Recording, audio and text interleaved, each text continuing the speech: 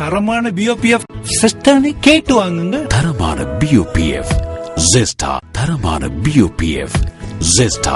தேநீரின் உன்னத கிளை. வெளிவேறிய சம்பவம் தொடர்பில் சுயாதீன விசாரணைகள் நடத்தப்படும் என சபை முதல்வர் அமைச்சர் நிமல் சிறிபாலடி சில்வா இன்று பாராளுமன்றத்தில் தெரிவித்தார். ஊடகவியலாளர்கள் மீது மேற்கொள்ளப்பட்டதாக கூறப்படும் தாக்குதல் தொடர்பிலும் ஆராய்வதாக அவர் கூறினார். வெளிவேறியவில் இடம்பெற்ற சம்பவத்தை சமரசப்படுத்துவதற்காக அந்த சம்பவத்தின் ஆரம்பத்திலிருந்து குறிப்பிட்ட பிரதேசத்தில் போலீசார் இருந்தார்கள் என்பதும், இந்த மோதலை கட்டுப்படுத்த போலீசார் அனைத்து நடவடிக்கைகளை முன்னெடுத்தார்கள் என்பதும் தெளிவாகிறது. இந்த சம்பவத்தில் உயிரிழந்தவர்கள், காயமடைந்தவர்கள் தொடர்பில் நீதவான் விசாரணைகள் தற்போது ஆரம்பிக்கப்பட்டுள்ளன. நீதவான் விசாரணைகளில் ஏற்படும் நிலைமை தொடர்பில் பாதுகாப்பு பிரிவினரால் விசேட விசாரணைகள் முன்னெடுக்கப்படுகிறது என்பதனை மிக பொறுப்புடன் கூறிக்கொள்கின்றேன்.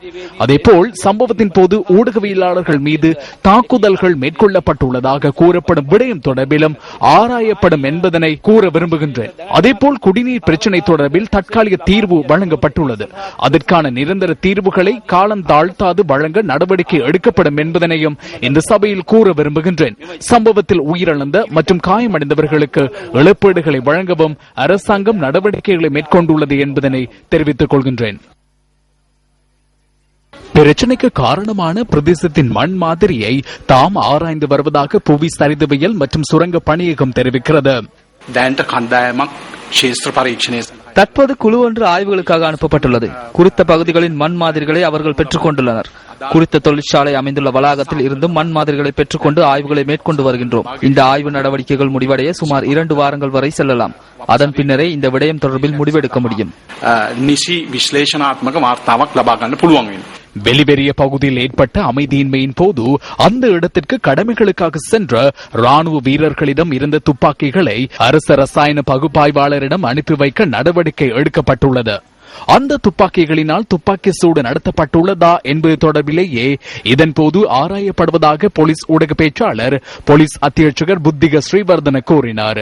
வெளிவேறிய சம்பவத்தினால் உயிரிழந்த நிலந்த புஷ்பகுமாரவின் பூத உடல் கம்பளை உடகென் தென்ன பகுதியில் உள்ள அவரின் வீட்டில் வைக்கப்பட்டுள்ளது. வெளிவேறிய பகுதியில் தனியார் நிறுவனம் ஒன்றில் பணியாற்றிய அவர் தான் தங்கியிருந்த இடத்திற்கு சென்று கொண்டிருந்த போது இந்த சம்பவம் இடம்பெற்றது.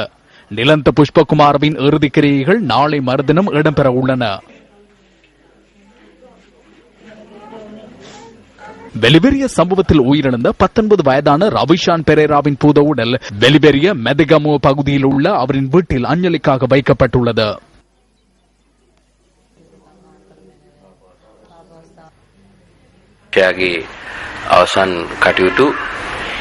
மாணவனின் இறுதிக்கிரியைகள் நாளை மாலை நடைபெற உள்ளன. எனவே எவ்வித பேதங்களும் இன்றி இறுதிக்கிரியைகளில் கலந்து கொள்ளுமாறு நாம் அனைவரிடமும் கேட்டுக்கொள்கின்றோம்.